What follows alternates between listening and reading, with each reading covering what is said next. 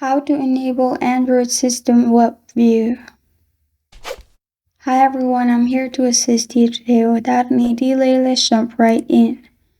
First, open Play Store on your device and search Android System WebView.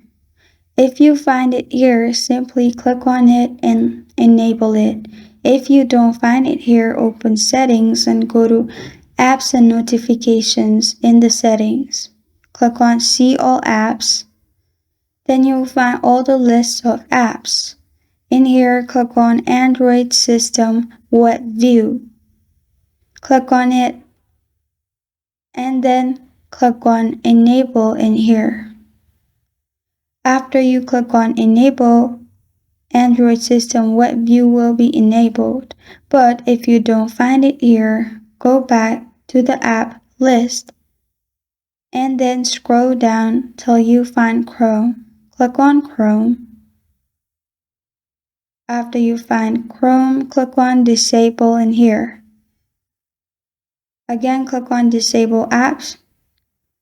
After you have disabled it, open Play Store and your Android web system view will be available in here. And this is how to enable Android System WebView.